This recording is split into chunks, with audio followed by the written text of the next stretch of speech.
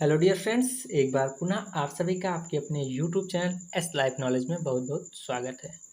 तो दोस्तों, आज हम पृथ्वी की उत्पत्ति के संबंध में बात करेंगे, जहां पर जो है अनेक वैज्ञानिकों ने अपने दृष्टिकोण के आधार पर अपनी अपनी संकल्पनाओं का जो है प्रतिपादन किया है। तो उससे पहले हम आपको बताना चाहेंगे कि पृथ्वी के उत्पत्ति के संदर्भ में दो संकल्पनाएं दी गई हैं। एक है वैज्ञानिक और दूसरी है धार्मिक। जो धार्मिक संकल्पनाएं दी गई थी वो बिल्कुल कल्पना पर आधारित थी, जिन्हें वर्तमान युग के जो वैज्ञानिक हैं ऐसा माने तो वो मानने से इनकार करते हैं, क्योंकि वो जो संकल्पनाएं दी गई हैं वो बिल्कुल कल्पना मात्र हैं। उसके बाद दूसरी आ जाती है वैज्ञानिक संकल्पना। तो जो वैज्ञानिक संकल्पना है आपकी, इसे दो भागों में विभाजित किया गया है। बात करें तो वो कौन कौन से भाग हैं। तो पहला है आपका अद्वैतवादी संकल्पना, दूसरा है द्वैतवादी संकल्पना। तो पिछले वीडियो में हमने अद्वैतवादी संकल्पना के इमैनुअल कांट की जो है वायव्य राशि परिकल्पना को देखा था। तो आज हम बात करेंगे अद्वैतवादी संकल्पना के ही जो है लाप्लास की निहारिका संकल्पना के बारे में, उनकी जो परिकल्पना थी उसके बारे में। तो उससे पहले हम देख लेते हैं कि पृथ्वी की उत्पत्ति जो है इसके संदर्भ में क्या बातें दी गई हैं। तो यहाँ पर लिखा गया है, ग्रहों की उत्पत्ति में भाग लेने वाले तारों की संख्या के आधार पर वैज्ञानिक संकल्पनाओं को दो वर्गों में विभाजित किया गया है। तो ग्रहों की उत्पत्ति, हमारा पृथ्वी भी एक ग्रह ही है, तो कहने का मतलब वो यहाँ पर ये भी हो सकता है कि पृथ्वी की उत्पत्ति के संदर्भ में। तो यहाँ पर इस प्रकार से लिखा गया है ताकि सारे सौरमंडल की बात की जा सके। तो ग्रहों की उत्पत्ति में भाग लेने वाले तारों की संख्या के आधार पर वैज्ञानिक संकल्पनाओं को दो वर्गों में विभाजित किया गया है। वे कौन कौन से हैं हमने आपको बताया। पहला है अद्वैतवादी संकल्पना, दूसरा है द्वैतवादी संकल्पना। आज हम बात करेंगे अद्वैतवादी संकल्पना के बारे में। तो क्या बात करनी है हमें अद्वैतवादी संकल्पना में? लाप्लास की निहारिका परिकल्पना के बारे में। तो चलिए देखते हैं लाप्लास द्वारा दी गई निहारिका परिकल्पना क्या है। तो यहाँ पर लिखा गया है, फ्रांस के प्रसिद्ध विद्वान लाप्लास ने सन 1796 में पृथ्वी के उत्पत्ति के संदर्भ में निहारिका परिकल्पना अपनी बहुचर्चित पुस्तक जो है ब्रह्मांड व्याख्या का प्रतिपादन में प्रस्तुत की। उनकी एक जो है प्रसिद्ध पुस्तक थी ब्रह्मांड व्यवस्था का प्रतिपादन, जिसमें उन्होंने पृथ्वी के, कहने का मतलब सौरमंडल की उत्पत्ति के संदर्भ में अपनी परिकल्पना प्रस्तुत की थी, और इसे जो है उन्होंने 1796 में प्रस्तुत किया था। आगे बात करते हैं। तो लाप्लास ने कांट की परिकल्पना के दोषों को दूर करने का प्रयास किया। इससे पहले आपने जो है कांट की परिकल्पना देखी, जो उनकी वायव्य राशि परिकल्पना थी कांट जी की, उन्हीं की परिकल्पना पर आधारित लाप्लास की परिकल्पना है। उनकी परिकल्पना में जो दोष थे उन्हें इन्होंने जो है दूर करने का प्रयास किया। तो चलिए देखते हैं। लाप्लास ने कांट की परिकल्पना के दोष को दूर करने का प्रयास किया और यह माना कि प्रारंभ में पदार्थ ठंडे कणों के रूप में नहीं था, बल्कि कांट जी ने यहाँ पर क्या कहा था कि जो पदार्थ हैं, जो दैव निर्मित पदार्थ थे, वो ठंडे, कठोर और शीतल थे। परंतु यहाँ लाप्लास जी मान रहे हैं कि वे जो पदार्थ थे वे ठंडे कणों के रूप में नहीं थे, बल्कि अंतरिक्ष में एक उष्ण और एवं गैसीय निहारिका थी। इन्होंने पहले से ही मान लिया कि उष्ण एवं गैसीय निहारिका पहले से थी। वहाँ पर कांट जी ने माना था कि कुछ दैव निर्मित पदार्थ थे जिनमें गुरुत्वाकर्षण के कारण जो है, गुरुत्वाकर्षण सिद्धांत पर उनका आधारित था, और आकर्षण के कारण वो जो पदार्थ थे उनमें टकराव हुआ, जिसके कारण जो है उनमें गति उत्पन्न हुई, उनमें ताप उत्पन्न हुआ, और वो धीरे धीरे बढ़कर जो है निहारिका की, कहने का मतलब, रचना कर दिए, और जिससे आगे चलकर जो है पृथ्वी की रचना हुई। तो उसे आपने वहाँ पर पढ़ लिया होगा। परंतु इनका क्या कहना है कि ये उष्ण एवं गैसीय निहारिका पहले से ही थी। इसकी रचना के बारे में इन्होंने कुछ नहीं बताया। इन्होंने सीधे यही कह दिया कि उष्ण एवं गैसीय निहारिका पहले से थी।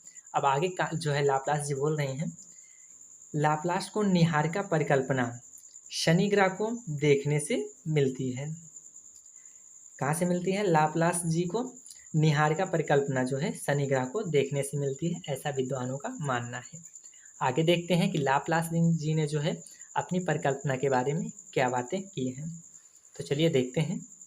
लाप्लास ने अनुमान लगाया कि निहारिका का व्यास वर्तमान सौरमंडल के विस्तार के बराबर है। लाप्लास ने जो है अनुमान लगाया कि वर्तमान समय में जो सौरमंडल का विस्तार है उस समय निहारिका का जो व्यास था उसके बराबर था। आगे इन्होंने कहा यह निहारिका अपनी धुरी पर बड़ी तीव्र गति से घूम रही थी। क्या हो रहा था? ये जो निहारिका थी वो अपनी धुरी पर बड़ी तीव्र गति से घूर्णन कर रही थी, घूम रही थी। आगे इन्होंने कहा कालांतर में निहारिका ठंडी होकर सिकुड़ती गई। पहले तो इन्होंने ये मान लिया कि यहाँ पर जो है पहले से ऊष्म एवं गैसीय निहारिका उपस्थित थी, और फिर ये बोल रहे हैं कि कालांतर में ये निहारिका ठंडी होकर क्या हुआ? ये निहारिका जो है ठंडी होने लगी, ठंडी होकर सिकुड़ती गई। गति विज्ञान के नियमानुसार सिकुड़ती हुई वस्तु की घूर्णन में वृद्धि होती है। तो जो गति विज्ञान है उसके नियम के अनुसार अगर बात करें तो कोई भी वस्तु है अगर वो सिकुड़ रही है तो उसकी जो घूर्णन गति होगी उसमें क्या होगा? वृद्धि होगी। तो इसी संदर्भ में इन्होंने थोड़ा बहुत समझाने का प्रयास किया। आगे इन्होंने क्या कहा? घूर्णन बढ़ने से क्या कहा कि यहाँ पर जो है ये सिकुड़ने लगी, जिससे क्या हुआ? घूर्णन में वृद्धि हुई। आगे इन्होंने कहा घूर्णन बढ़ने से अब केंद्रीय बल में भी वृद्धि हुई। अब यहाँ पर पहले घूर्णन बढ़ा, उसके कारण जो है इस अपकेंद्रीय बल में भी वृद्धि हुई। आगे दिया गया है जब अपकेंद्रीय बल बढ़ते बढ़ते गुरुत्वाकर्षण बल के क्या हुआ? गुरुत्वाकर्षण बल के बराबर हो गया। पहले तो ये निहारिका जो थी ये सिकुड़ना स्टार्ट हुई तो इसकी जो घूर्णन गति थी वो बढ़ने लगी, और उसके बढ़ने से इसमें जो अपकेंद्रीय बल था वो भी बढ़ने लगा। जब अपकेंद्रीय बल जो है बढ़ने लगा तो बढ़ते बढ़ते वो एक समय ऐसा आया कि गुरुत्वाकर्षण बल के बराबर हो गया। ये लाप्लास जी अपनी परिकल्पना में बता रहे हैं, जिसे हम आपको बताने का प्रयास कर रहे हैं, समझाने का प्रयास कर रहे हैं। तो आगे दिया गया है तब गुरुत्वाकर्षण बल के बराबर हो गया, तब पदार्थ का एक छल्ला निहारिका से बाहर निकल गया। पदार्थ का जो एक छल्ला था वो निहारिका से बाहर निकल गया। निहारिका से बाहर निकल गया, इस क्रिया में के जो है पुनरावृत्ति गई। कहने का मतलब पहले तो एक छल्ला बाहर निकला, और ये बोल रहे हैं कि इस क्रिया में पुनरावृत्ति होती गई। इस क्रिया के पुनरावृत्ति के कारण पदार्थ के 9 गोल छल्ले निहारिका से अलग हो गए। कितने? 9 गोल छल्ले जो है निहारिका से अलग हो गए। ये लाप्लास जी बता रहे हैं अपनी परिकल्पना में। आगे बता रहे हैं इस तरह 9 छल्लों से 9 ठोस पदार्थों का निर्माण हुआ। ये जो 9 छल्ले निकले इनसे 9 ठोस पदार्थों का निर्माण हुआ, जो कि आगे चलकर 9 ग्रह के रूप में परिवर्तित हो गए। जो 9 छल्ले 9 गोल छल्ले वहाँ से निकले वो पहले तो 9 ठोस पदार्थों के रूप में परिवर्तित हुए, उसके बाद वो जो है आगे चलकर 9 ग्रह के रूप में परिवर्तित हो गए। निहारिका का अपशिष्ट पदार्थ, निहारिका का जो अपशिष्ट पदार्थ था, अवशिष्ट भाग हमारा वर्तमान सूर्य है। कहने का मतलब वहाँ पर जो 9 छल्ले निकले उनसे ग्रह उपग्रह बने, और वहाँ पर जो शेष पदार्थ बचा, जो श्रेष्ठ अपशिष्ट पदार्थ बचा, उससे क्या निर्मित हुआ? उससे जो है हमारा वर्तमान सूर्य निर्मित हुआ। इस तरह संपूर्ण सौरमंडल का आविर्भाव हुआ। तो इनके कहने का मतलब है कि ये जो प्रक्रियाएं अभी तक हमने आपको बताई, इसी के अकॉर्डिंग जो है सौरमंडल पृथ्वी की उत्पत्ति हुई है। परंतु विद्वानों ने इनकी परिकल्पना की आलोचना की। जिस प्रकार कांट जी की परिकल्पना की आलोचना हुई, उसी प्रकार लाप्लास जी के परिकल्पना की भी आलोचना की गई। तो चलिए देखते हैं कौन कौन सी आलोचनाएं की गई थी और क्यों की गई थी, ऐसी क्या कमी थी इनकी परिकल्पना में। तो चलिए देखते हैं।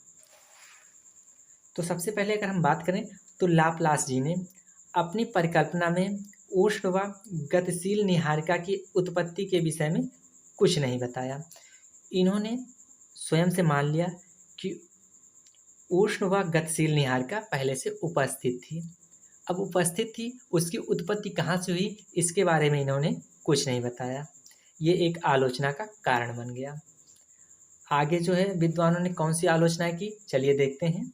लाप्लास की परिकल्पना में यह स्पष्ट नहीं हो पाता, क्या नहीं स्पष्ट हो पाता है, यह नहीं स्पष्ट हो पाता है कि नीहारिका से केवल 9 वलय ही क्यों पृथक हुए, इससे कम या ज़्यादा क्यों नहीं हुए, इससे कम या अधिक क्यों नहीं हुए।